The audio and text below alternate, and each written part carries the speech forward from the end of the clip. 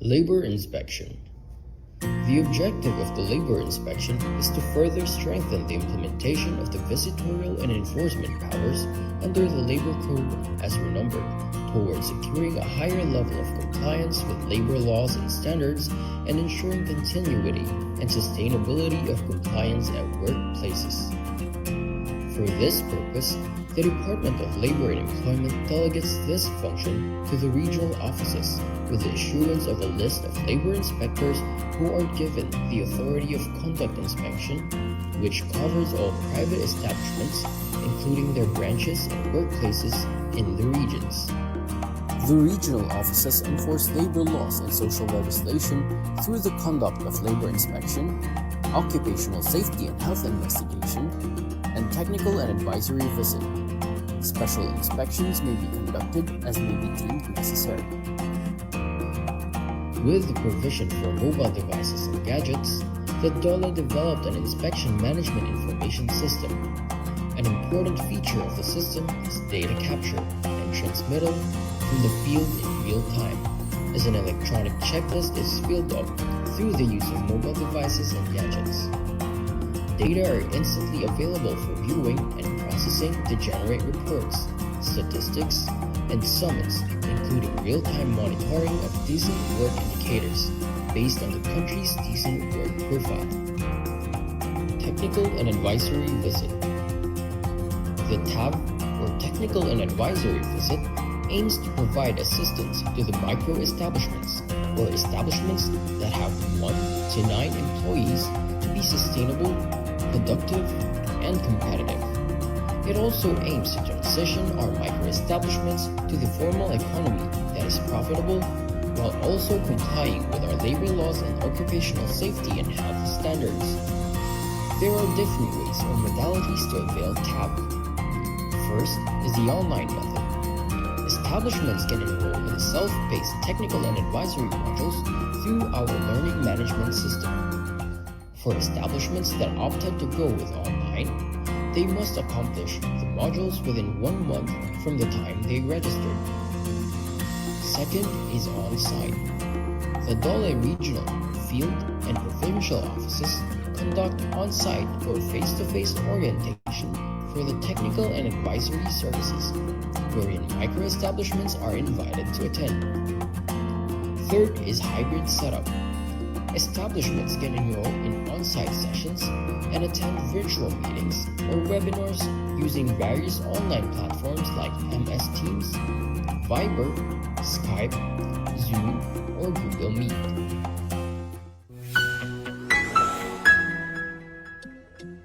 Establishment owners carry a big responsibility to comply with labor laws, including submitting reports and providing documents like payroll records during inspections. But the manual filing process is a major challenge. They need to spend time, money, and effort to fill out forms and deliver them to the DOLE office, often dealing with traffic and delays. Sometimes, there's a long wait just to confirm if the report is accurate and complete. And it's not just employers facing difficulties. DOLE employees also struggle with limited manpower and the time-consuming task of reviewing and processing these reports. The time has come for change. What's required now is a more innovative, streamlined, and efficient process for handling compliance reports. One that will simplify life not just for businesses but also for DOLE employees. Welcome to the DOLE Online Compliance Portal, your all-in-one platform for seamless compliance submissions, designed to make compliance easier and more convenient for establishment owners. Telecommuting reports? Flexible work arrangement submissions? Reporting the 13th month pay? No problem. Even work accident or illness reports, annual establishment report on wages, everything you need is now in one convenient portal. Plus, the DOLE Online Compliance Portal now includes the latest requirement for reporting movie and television shoots under Department Order 246, Series of 2024. All your compliance needs in one place, quick, secure, and hassle-free. With the DOLE Online Compliance Portal, registering your establishment is a breeze. Our automatic registration system ensures you are instantly compliant with OSH Standard Rule 1020. Once submitted, your certificate of registration is immediately available for download, saving you time and effort. If your establishment has been flagged for non-compliance during labor inspection, don't worry.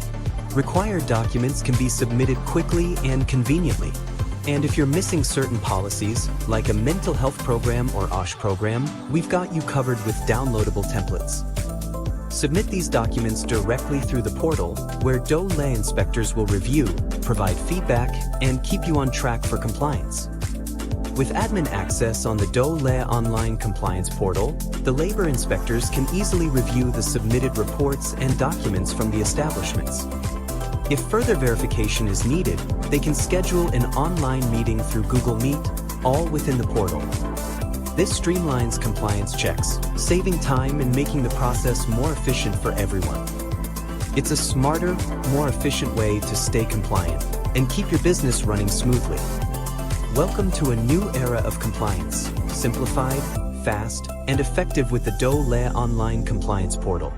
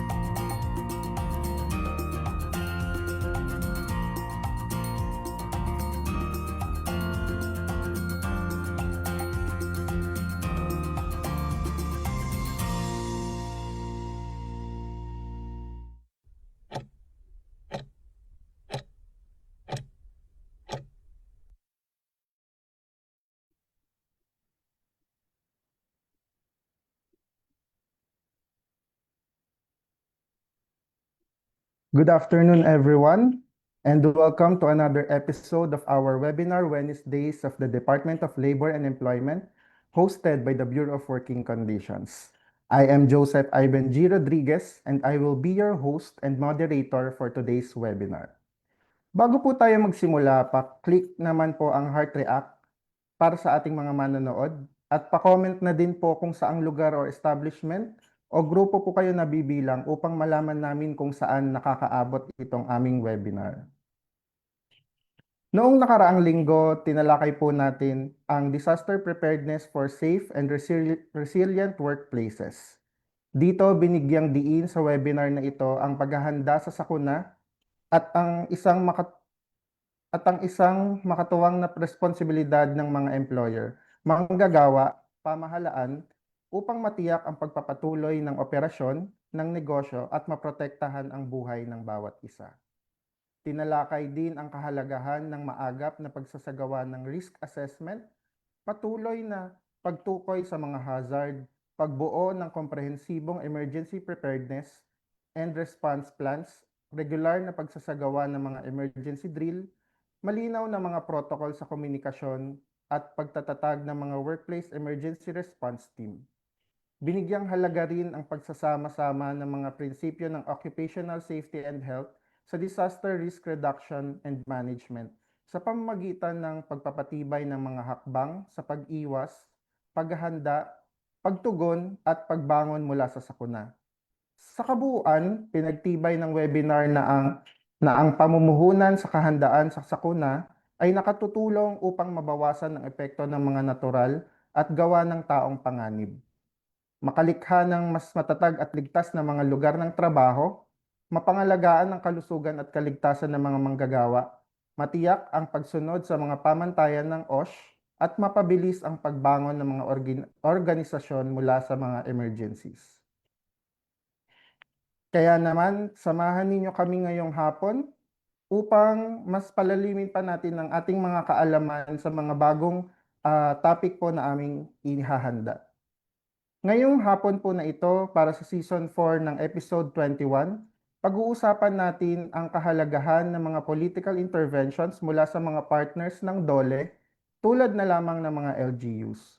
Sa pamamagitan ng mga interventions na ito, mas napalalakas natin ang compliance ng mga establishmento, ang kredibilidad ng mga institusyon, at napoprotektahan ang mga karapatan ng mga manggagawa at natitiyak ang patas at tapat na pagpapatupad ng batas. Kaya naman, samahan niyo kami ngayong hapon habang mas pinalalalim natin ang ating kaalaman tungkol dito. Pero bago po ang lahat, let us begin with a short prayer. Mapagmahal na Diyos, lumalapit po kami sa inyo ngayon na may pusong puno ng pasasalamat para sa pagkakataong magtipon-tipon sa webinar na ito. Nagpapasalamat kami sa biyaya ng teknolohiya na nagbibigay daan upang kami ay makapag-ugnayan, makapag-aral at lumago kahit na magkakalayo kami. Naway gabayan ninyo po ang bawat tagapagsalita at kalahok upang kami ay makapagbahagi ng mga kaalaman ng makabuluhan at nagbibigay inspirasyon. Tulungan ninyo kaming makinig ng bukas ang isipan at puso, handang matuto mula sa bawat isa. Bigyan ninyo po kami ng kaliwanagan sa kaisipan at kahusayan sa pagpapahayag upang maging makahulugan at may positibong epekto ang aming talakayan. Dalangin namin na ang session na ito ay magtaguyod ng pagkakaunawaan, pagkakaisa, at pagbabahagi ng kaalaman na kapaki-pakinabang para sa lahat. Naway madama namin ang inyong presensya sa aming kalagitnaan na nagtutulak sa isang espiritu na pagkakaisa at respeto. Nagtitiwala po kami sa inyong banal na karunungan upang kami ay gabayan sa anumang pagsubok o hamon na maaari naming harapin sa araw na ito. Sa pagtatapos ng aming pagsasama-sama, naway bitbitin namin ang mga aral na aming natutunan ng may panibagong layunin at dedikasyon. Sa pangalan ni Jesus, kami po ay nananalangin. Amen. Good afternoon to our Facebook viewers. Thank you for joining us today. Paki-heart react o like naman po ang ating live stream at huwag kalimutang i-follow ang ating official Facebook page at Dole BWC 1949 para manatiling updated sa mga anunsyo, programa at learning sessions ng Bureau of Working Conditions at syempre ng Dole. Please share this live stream with your friends, family, and colleagues at gamitin po natin ang hashtag Webinar Wednesdays. Para sa inyong mga katanungan at clarifications, maaari nyo pong gamitin ang comment section sa ating screen at ang ating resource speaker ay sasagutin ang inyong mga katanungan sa question and answer portion. This is Season 4, Episode 21 of our Webinar Wednesdays with the topic Navigating Political Intervention in Compliance and Enforcement.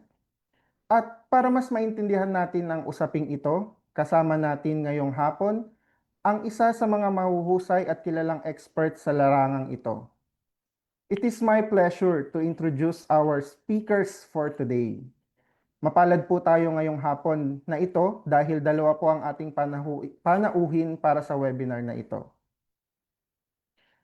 Una po, siya po ay ang Action Officer ng Workers Affairs Office or WAW at dating City Councilor ng Valenzuela City Government. Atin pong salubungan ng masigabong palakpakan si Mr. Ramon L. Encarnacion. Kasama rin po niya si Mr. Roque Tanalgo, ang Labor and Employment Officer 3 ng Workers Affairs Office.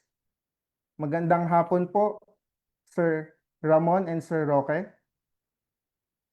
Magandang hapon. Magandang hapon sa ating lahat, lalo na sa ating host, Sir Joseph Ivan Rodriguez. Magandang hapon sa ating lahat. Sa ngalan po ng aming Punuluson, Mayor Wesley Talian, bilang chairman at ang inyong lingkod, former Councilor Ramon Encarnacion, bilang Action Officer ng Workers Affairs Office. At kasama ko po ating Labor Employment Officer 3, Mr. Roque T. Tanalgo. At siyempre po ang bubuo po ng Valenzuela City Council, Kami po ay taos pusong nagpapasalamat sa pagtitiwalang pinagkaloob po sa amin bilang resource speaker para sa weekly webinar ngayong araw na ito. Una, pinasalamatan din po namin si Attorney Alvin B. Curada, Director of Bureau of Working Condition, Attorney Joel Pipitaka, Director Lorca Manaba Field Office, Miss Elisa Senyosa, Lord Focal Person, at Attorney Jonas Lardino, Adol Camaraba Representative. Sa ating lahat, muli magandang hapon.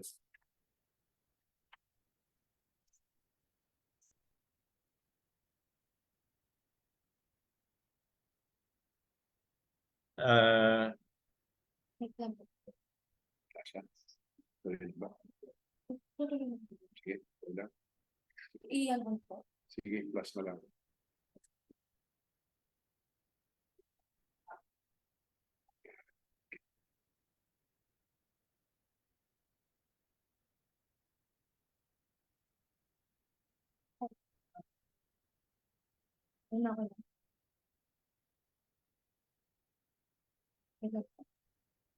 Okay po, habang hinihintay po natin na magsimula ang ating resource person, alam ko po na marami po kayong mga katanungan regarding po sa ating topic na ito. Kaya maaari nyo lang po i-comment ang inyong mga tanong sa ating comment section habang nagpe-present po ang ating resource person. Okay.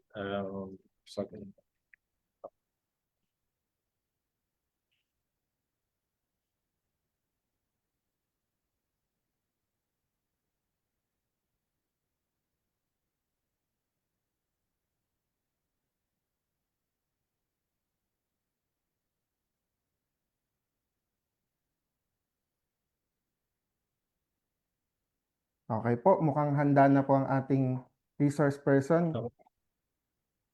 Sige po, the floor is yours na po, sir. Thank you, Sir Joseph. Lako na po tayo sa ating topic. Sa ating political intervention assisting DOL for compliance. Assisting DOL for the compliance of labor standard and OS standard by institutionalizing the following city ordinances and memorandum of agreement. Number 1, City Ordinance Number 96-36, Series of 1996, Ordinance creating the Workers' Affairs Office and providing the H-Power function and appropriating funds therefore and for other purposes.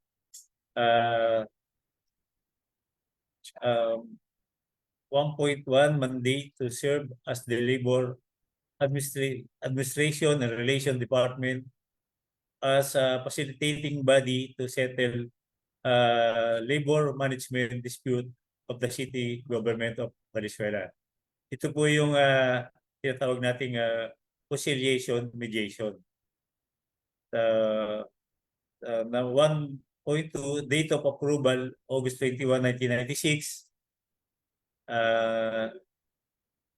Number 2, City Ordinance Number 04, Series of 2010, an ordinance creating the Valenzuela City Tripartite Industrial Peace Council and providing its power, function, and appropriating funds, therefore, and other purposes.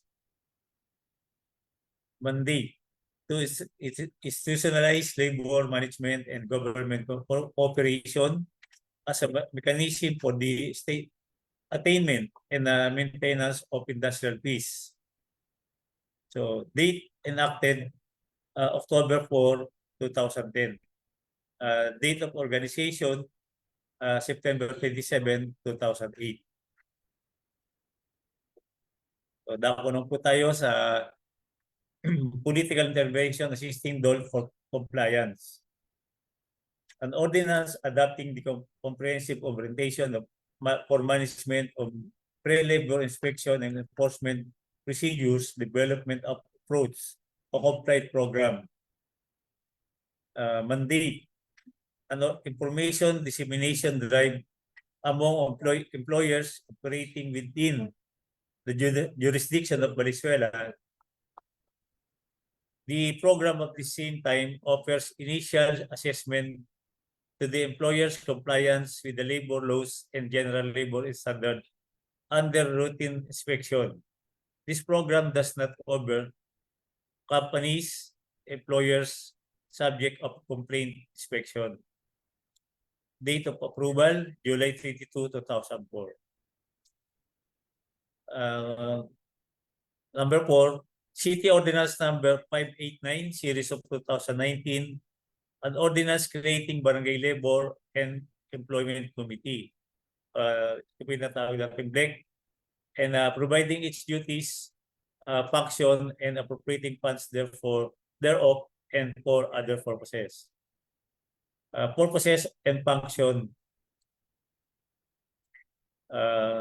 shall serve as monitoring and facilitating body for any potential labor dispute, employment and facilitation, and or employment preservation.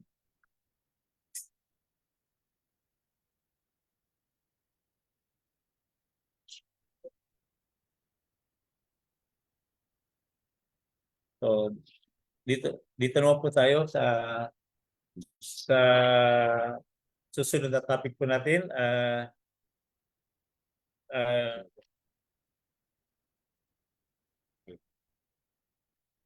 Political intervention assisting DOL for compliance.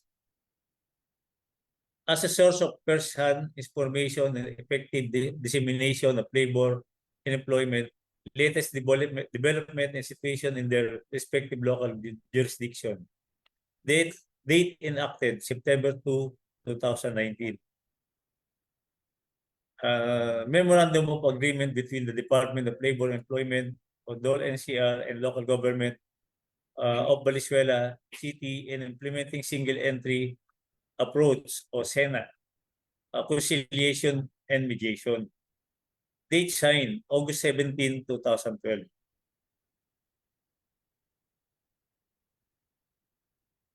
Kaugnay naman po sa Kaugnay naman po sa role of LGU in promoting compliance.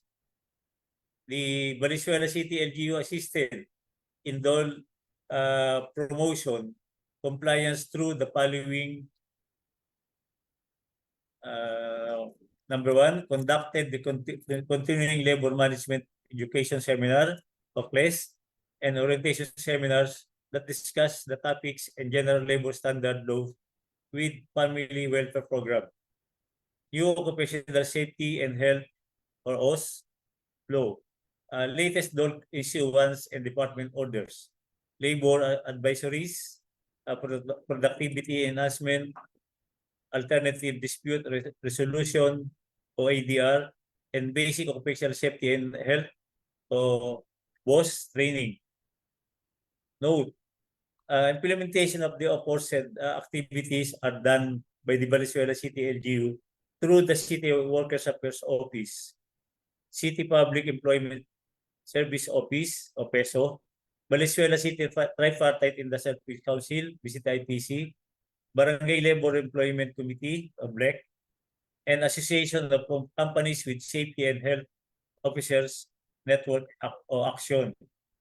In partnership with DOL NCR Camaraba Field Office, DOL Regional Conciliation and Mediation Branch, RCNB, NCR, DOL Regional Tripartite Wage and Productivity Board, RTWPB, NCR, and DOL Occupational Safety and Health Center o OS.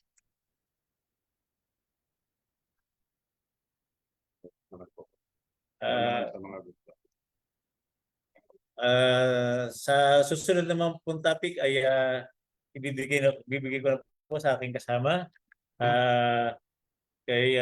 sa aming Labor Employment Officer 3 ng Workers Affairs Office, Mr. Roque T. Analgo. Maraming salamat po, Consiel Ramon, Carnacion. At saka good afternoon po sa lahat, lalo po sa ating mga viewers po. Ano naman po yung mga good practices ng aming LGU? Una po, the institutionalization itself of the aforesaid ordinances and memorandum of agreement na binanggit ni Consul Ramon sa nauna ay nagpapakita po na isang magandang suporta ng LGU sa DOLE para po sa compliance. Kita naman po natin kanina pinabanggit na mula sa city ay may mga city ordinances down to the barangay na meron po kaming LEC na o Barangay Labor Employment Committee. Ngayon po, para po madagdagan pa o maipatupad o lalong palakasin ang suporta, tayo po ay sa pauna ng ating LGU ay nakapag-formulate ng Valenzuela City Tripartite Industrial Peace Council Strategic Plan. So for 2024-2026, binabanggit kanina na yung ating DCTIP is an ordinance, nagkaroon po siya ng programa na kung saan for 3 years. Ito ay nagsisilbing convergence of programs, plans, activities of the stakeholders in the pursuing industrial peace, harmony, and progress. Ngayon po, ano po yung, pakita ko lang po sa inyo, ano mang vision ng ating VCTIPC. So the Valenzuela City Tripartite Industrial Peace Council is a prime mover and model of city or local tripartism known for sustainable industrial peace, safe and healthy workplaces, and gainful employment and productive employment of all towards a more competitive labor force and progressive investment-friendly city. Ngayon po, yun po yung pangarap sa kasama yung DOLE at ibang agencies na kasama yung LGU, yun pangarap na magiging pangarap para sa pag-aayos ng ating industrial peace and progress in the city.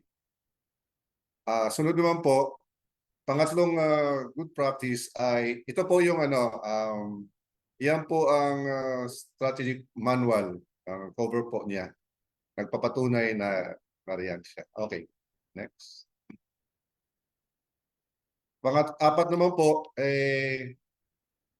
dahil naging isa sa main na issue ay yung safety and health ng workers, so nagtayo din ang city ng action, organization of association of companies with safety and health officers network. Yan siya po. Na-partner namin dyan yung ating OSH. Tapos, bahagi po ng trabaho ng Workers Affairs Office na kung saan nagkaroon siya ng MOA sa DOLE, nag-render po siya ng legal queries and counseling on workers and employers' issues and concerns. Among others are the wages and wage-related benefits and employment discipline. Ngayon po,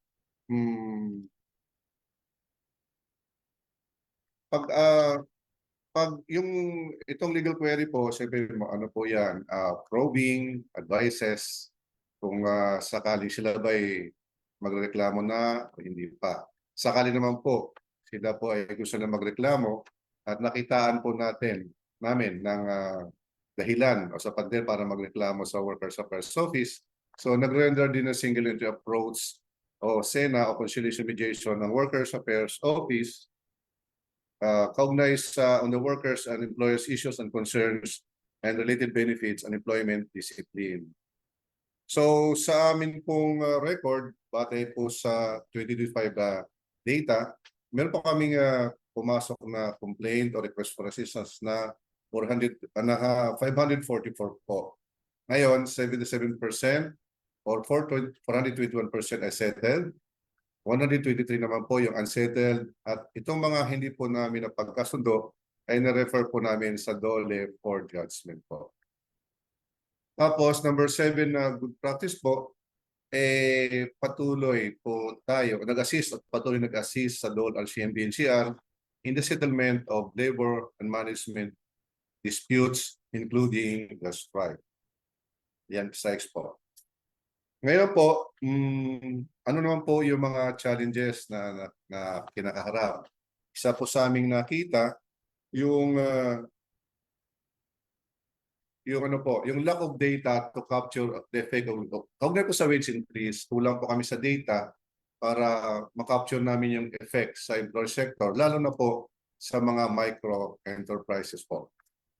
Yun po, Sir Jan, ang aming presentation. Sir Joseph, brother. Okay po. Maraming salamat po, Mr. Ramon Encarnacion and Mr. Roque Tanalgo for that short but informative and comprehensive discussion on navigating political intervention in compliance and enforcement.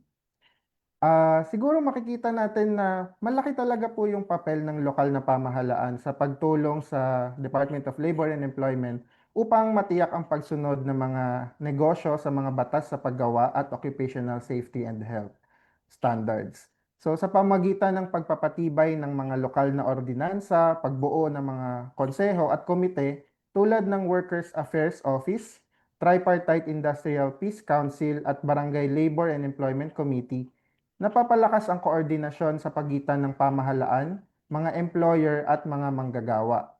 Nagsisilbi rin ang mga ito bilang mekanismo upang maiwasan ang alitan sa paggawa, maprotektahan ang karapatan ng mga manggagawa at maisulong ang maayos na ugnayan sa industriya. Nabanggit din ng ating resource person ang mga iba't ibang programa tulad ng mga seminar, orientation, labor management education, basic occupational safety and health training, complied program na naglalayong gabayan ang mga employer upang kusang makasunod sa mga labor standards at OSH standards bago pa magkaroon ng paglabag. Bilang magandang practice, nagsasagawa din ang Valenzuela City ng joint inspections kasama ang mga taga Department of Labor and Employment at iba pang ahensya na nagbibigay ng legal counseling, nagpapatupad ng SENA o single entry approach para mas mabilis na maresolba ang mga sigalot sa paggawa at nagpapatibay ng mga polisiya na naghihikayat sa mga negosyo na sumunod sa batas. Binigyang diin din po nila ang mga hamon, lalo na ang kakulangan ng sapat na datos upang masukat ang epekto ng pagtaas ng sahod sa mga employer, partikular sa mga microenterprises. Dahil dito, mahalaga ang patuloy na pagtutulungan ng DOLE, mga LGU, mga employer at mga manggagawa upang higit pang mapabuti ang mga programa at mapanatili ang ligtas, makatarungan at produktibong mga lugar ng trabaho. Sa kabuuan po, ang pangunahing mensahe lamang ay ang pagsunod sa labor standards at occupational safety and health ay hindi lamang responsibilidad ng DOLE, kundi isang sama-samang tungkulin ng pamahalaan, mga employer at mga manggagawa. Sa pamamagitan ng matatag na partnership at maagap na mga programa, masisiguro natin ang kapakanan ng mga manggagawa at ang patuloy na pag-unlad ng mga negosyo at komunidad. So sigurado po ako na marami po tayong natutunan mula sa ating mga resource person at naniniwala rin po ako na marami na ring katanungan ng ating mga viewers. Pero bago tayo dumako sa ating question and answer portion, tayo po ay sasamahan ng DOLE NCR Camanaba Field Office. Siya po ay Supervising Labor and Employment Officer. Let us all welcome Attorney Jonathan Lardino. Good afternoon, Even. Good afternoon po, Attorney. To our viewers, Facebook page. Good afternoon po, and also our strong partner sa Valenzuela City, Councilor Encarnacion, and also Sir Roque. Good afternoon sa inyong lahat. Okay po. So mapalad po tayo na tatlo pong panauhin ang sasagot sa ating mga katanungan. So tayo po ay dumako na sa ating question and answer portion. Para sa ating unang katanungan, paano po nagsimula ang Valenzuela LGU sa mga polisiya po na nabanggit nila kanina?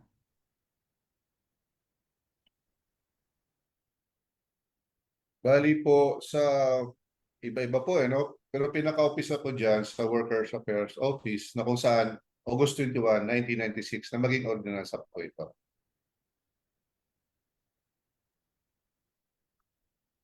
Okay po. Para sa ating susunod na katanungan, ang employers at employees po ba ay maaaring makipag-partnership sa LGU para sa pag-improve ng compliance? Oo naman, if I may answer that question. Oo naman. Yun nga ang ating advocacy, no? We want the employers and employees to be part of the programs of DOLE and also of LGU. Kasi actually, based on our figures, our data, nagkaroon ng increase sa compliance rate because of the programs that we implemented, no? Especially yung complied na nabanggit po ng ating LGU. In fact, 98%, no, last year, ang naging compliance rate po ng mga companies dyan sa Valenzuela, out of 974 inspected establishments, only 24 was found to be violating labor standards, no? And compliance order was issued to them, no? But then again, percentage-wise, you could see that only 2% out of the 974 establishments were found to be violating labor standards, no? And this is because of the continuing efforts and partnership, no, in implementing this program. Napakaganda po nitong complied, no? This complied stands for, it's an acronym, no? Stands for Comprehensive Orientation for Management, no, on Pre-Labor Inspection, Enforcement, and Developmental Approach, no? In this program, we orient the companies, no, in Valenzuela because they were able to have the necessary ordinance institutionalizing this conduct of this seminar. And you know what? We present to them the checklist, the required documents for them to comply. Some of the employers do not know that there are other requirements that they need to comply, no? And because of this program, they became aware, no? LGU become our partner in advocating compliance. Although we're not saying here that there would be no surprise visit or surprise inspection. Of course, we will not disclose would be the date of inspection. But again, even before the surprise inspection will be conducted, they are very much aware of what they would comply during the inspection.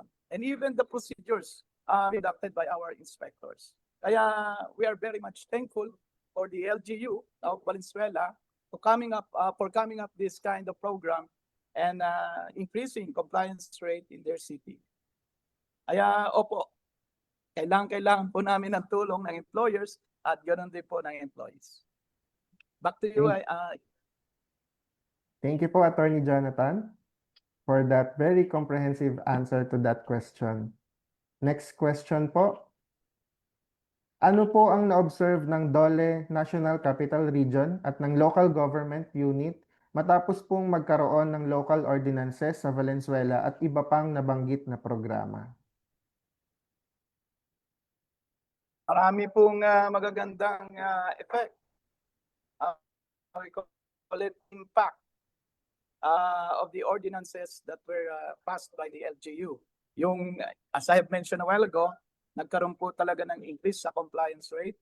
Second, we diversify, no? Not only for inspection, but also in other areas. Like for example, maintenance of industrial peace.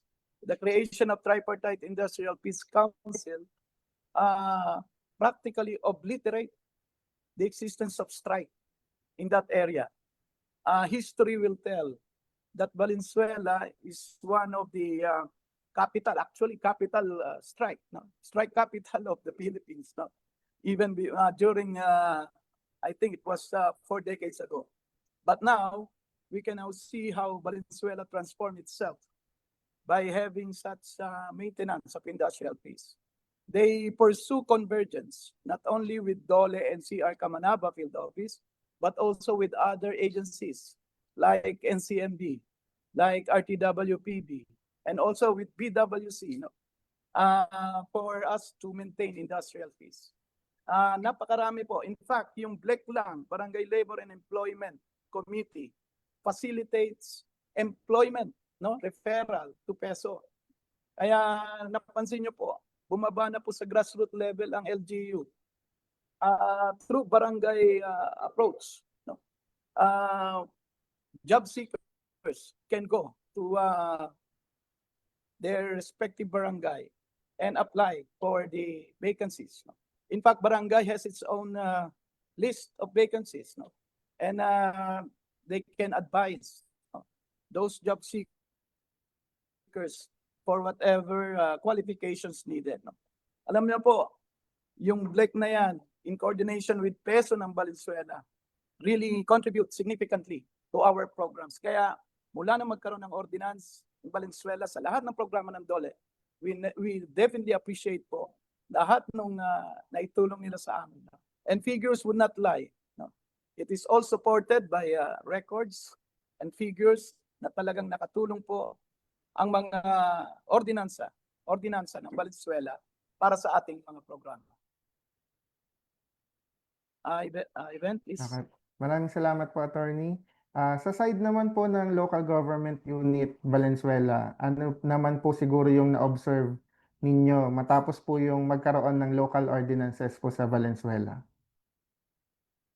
Una po, doon sa Workers Affairs Office no tinatawag noong 1996 pa po, na kung saan isang dekadang binabanggit na Tony Jonas na naging strike capital. Ngayon po, mula noon, nung magkaroon ng ordinansa, sunod na mga ordinances pa, lumakas at dumami ang mga pupunta sa Workers Affairs Office, dumami ang aming kliyente. Dati po, pakunti-kunti lang. Ngayon, for the record, ditong 2020 last year, ay umabot po siya ng 554. So, sa kalating taon pa lang yan. Pero ang peak po namin nung panahon ng pandemic, umabot po ng 844. Yung pumuntang employees at saka employers para hingin po ang upang mamagitan ng Workers Affairs Office sa mga concerns sila usapin sa loob na labor and management disputes. Ngayon po, pagdating naman po sa nung CAM 2010, nagkaroon po ng strengthening ng relationship o yung tripartism, pagtatayo ng Valenzuela City Tripartite Industrial Peace Council. So lalong lumakas po ang unahin nito. Katunayan, nagpo-formulate ng mga programa, may nag-uusap na ang workers at saka yung employers kung paano ayusin ang industrial peace sa Valenzuela. Unlike ng mga nakaraan nga, na nabanggit nga, naging strike capital, ibig sabihin, very strange ang relationship. Pero sa ngayon, nagpapakita ang ating datos at kalagayan na it seems gumagana ang ating tripartism at ibang programa ng City Government of Valenzuela. Tapos po ngayon, ang isa sa latest na focus namin bukod sa compliance na binabanggit, yung usapin ng safety and health in the workplaces. Na katuwang namin na dyan yung OSH o yung Corporate Safety and Health Office. Yun po kasi nga kailangan rin palakasin yung yung aspeto sa health and safety. Yun po, sir. Okay po, Joseph. thank you po. So para po sa ating ika-apat na tanong, paano po kami mag-participate sa mga programa na nabanggit kanina? Unahin po muna siguro natin yung sa Valenzuela Local Government Unit. Para po sa LGU, para sa kalaman po ng lahat, ang Workers Affairs Office, siya pong kasama ang DOLE, Manaba, siya tumatayong sekretariat ng Valenzuela City Tripartite Industrial Peace Council. Pero ang Workers Affairs Office itself ay meron siyang programa din. So pwede silang pumunta sa office namin para una sa mga trainings, para magpa-enroll sa mga trainings at seminars na nabanggit kanina. Meron naman po kaming pwede siyang 352 1,000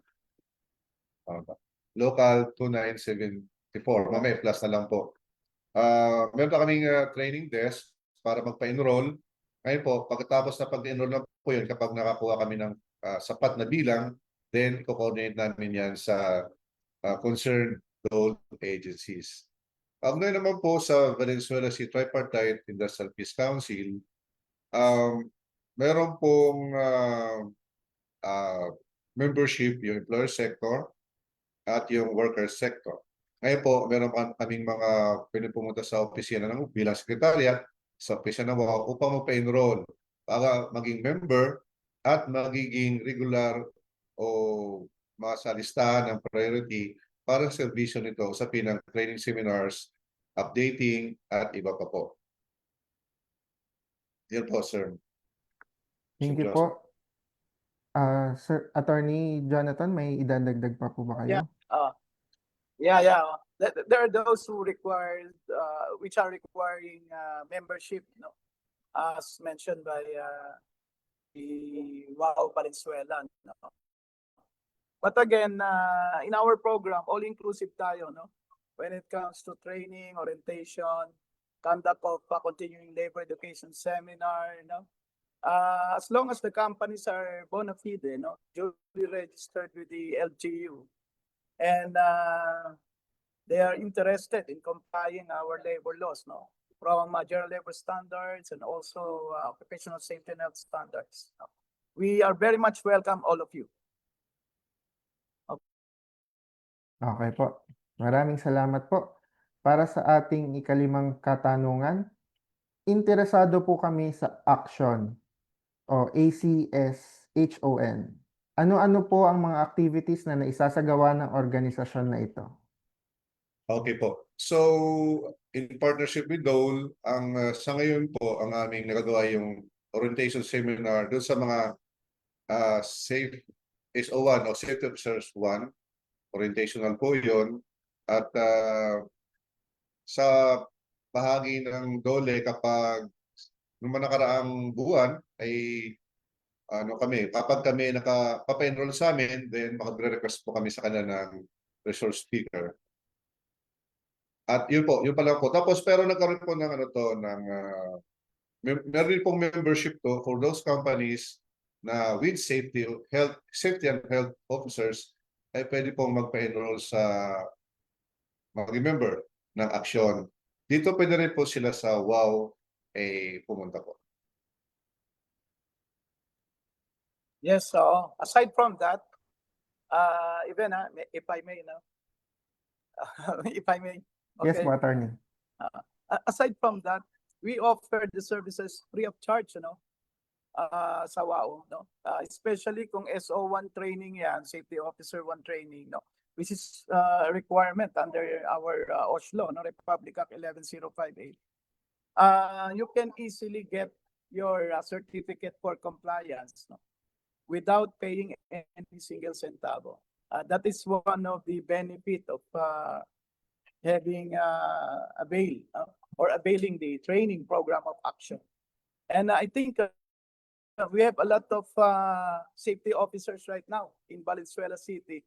And also they are already oriented about the standards, not the requirements under the Oslo. Okay Okay, po. given. Thank you po. Para sa susunod na katanungan, sa Valenzuela po ba kung may labor concern, pwede rin po ba kayong lapitan? Saang opisina po dapat magtungo? Okay po. Kaugnay po dyan yung concern, usapin ng consultation, or sila po ay may to-complain o may lilinawin, pwede po siya direkta pumunta po sa Workers Affairs Office. Dito po sa ang opisina po namin ay nasa Alert Compound.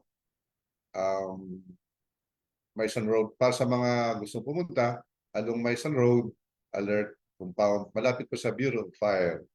Ngayon po, may mga very welcome naman po sila sa opisina namin para sa ganitong mga bagay. Yun po, sir. Thank you po. Next question po. Pwede po ba magreklamo sa LGU laban sa mga employer na hindi naguhulog sa SSS at hindi nagbibigay ng benepisyo? Okay po. Sa kalagayang marami po ang mga ganong kaso din. Although yan po, alam namin, malinaw sa amin na yun ay pangunahing trabaho ng SSS. Pero dahil po nga pupunta sa amin at kami ang kanilang nakita, pwede po silang pumunta at bibigyan po namin silang referral to SSS. Ang mag-implement pa rin siyempre niyan, yung SS po. Ang referral po kami. If may add, Yes po, Even, attorney. please. You know, the power of the power and influence of the local government unit cannot be discounted. Cannot be discounted. And since they are more concerned about the welfare of their constituents, also the company and also the workers, no? They have this convergence with SSS, with Pag-ibig, to us, and so they can easily tap them, no? If ever there are problems involving those agencies. However, we have to emphasize the point that the violation of SSS law would primarily fall under the jurisdiction of SSS and those mandatory contributions like Pag-ibig, PhilHealth. But again, in settling the dispute through LGU, I think there are more percentage of possible settlements that they can do. And that is proven by their track record when they presented all their settlements. Out of 431, I think 76% were able to settle. So most of those involving issues are mandatory contributions. Okay. Okay, Okay Ben. po. Thank you po. So Sir, may I add, Sir? Sir Joseph, po. may I add? Yes, sir. Yun po ang kasagutan doon sa mga hindi naguhulog sa SSS. Pero in times of emergencies, lalo na po halimbawa, may na-accident na nangyari. Halimbawa, for example, na nagkaroon ng naputulan ng daliri. So hindi namin hinihintay ang referral to SSS. Agad naman po, direktang tutulungan po namin sila sa pamamagitan ng pagkatawag ng employer's concern. So ibig sabihin, papasok dito siya sa conciliation mediation kasi nga emergency situation. Kaya nagmi-mediate din po namin yung ganong mga sitwasyon. Opo. And if I may add, I would like to appreciate the policy of the local government unit of Valenzuela. Whenever there is violations on labor standards, your business permit, the business permit will be subjected to suspension or cancellation after due process. And it is stated in the business permit itself when it was issued. So in that way, we can encourage compliance and easy settlement of possible issues regarding labor, no, on matters of that. Okay, Ben. Maraming salamat po. And I think that is our last question and that concludes our question and answer portion. Maraming salamat po sa lahat ng nagpadala ng kanilang questions at aktibong nakiisa sa ating webinar ngayong araw.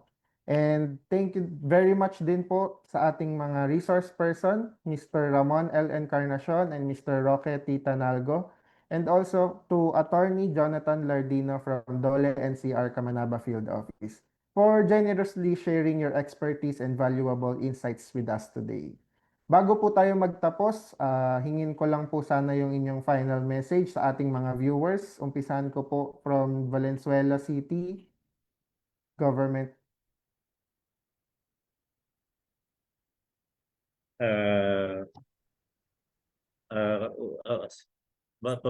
Sa ating pagkatapos, unang-una, kami po ay nagpapasalamat sa lahat po ng nakaisa sa webinar na ito. Alam niyo po, umasa po kayo na patuloy po namin gagampanan ang aming gampanin po para po sa pagtulong po sa ating mga sa larangan po ng ating mga manggagawa at mga employer. Lahat po ng makakaya namin gawin po namin para po makatulong at maka-resolve ng mga problema po. Ayun po yung tunay na layunin po natin para makatulong din po sa ating mga manggagawa at saka sa namumuhunan dito sa lungsod ng Valenzuela. Maraming salamat po. Magandang hapon sa ating. Maraming salamat po, Sir Ramon. And syempre from Dole, hingan ko rin po ng final message si Attorney Jonathan Lardino.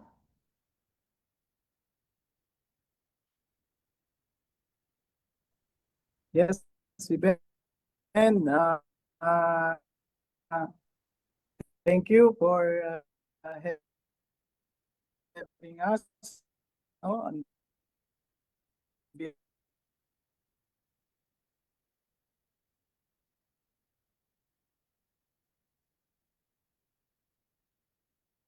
Mukhang our may technical difficulty lang po si Attorney Jonathan sa kanyang internet connection. we will Siguro be there. po. And also thank you for BW program, and we very much support your program for this. Thank you, Given. Okay po, thank you po. Maraming salamat po ulit sa ating mga speakers, Mr. Ramon L. Encarnacion, Mr. Roque Tanalgo, and Attorney Jonathan Lardino for your valuable time and sharing your expertise with us this afternoon. Tunay pong napakalaking tulong ng inyong mga ibinahaging kaalaman para sa ating mga viewers at participants.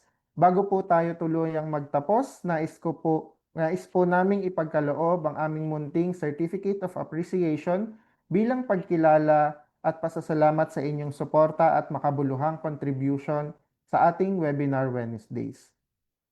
This Certificate of Appreciation is awarded to Mr. Ramon L. Encarnacion in recognition and sincere appreciation of the invaluable support and significant contributions rendered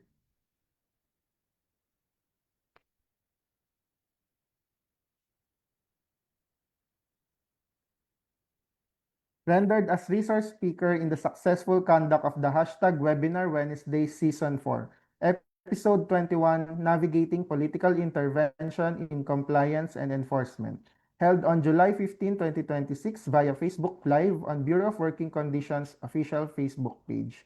Given this 15th of July 2026 in the city of Manila, signed by the Director of the Bureau of Working Conditions, Attorney Alvin B. Corrada.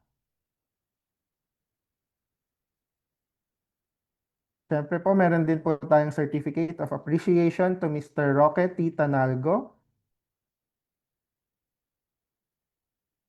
and Attorney Jonathan A. Lardino. Muli, maraming salamat po sa ating mga resource person. We truly appreciate your participation and support at umaasa po kami na makakasama namin kayong muli sa mga susunod pang learning sessions ng Bureau of Working Conditions. Para naman po sa ating mga viewers, we heard you. Certificates of attendance are now available. Please scan QR code flashed on your screen to access the evaluation form. Paalala lamang po na siguraduhin tama ang spelling ng inyong pangalan at email address upang maiwasan ang delay sa pagproseso ng inyong certificates. One evaluation form lamang po per episode. Abangan naman ang ating episode next week with the title Creating Accessible and Inclusive Work Environments.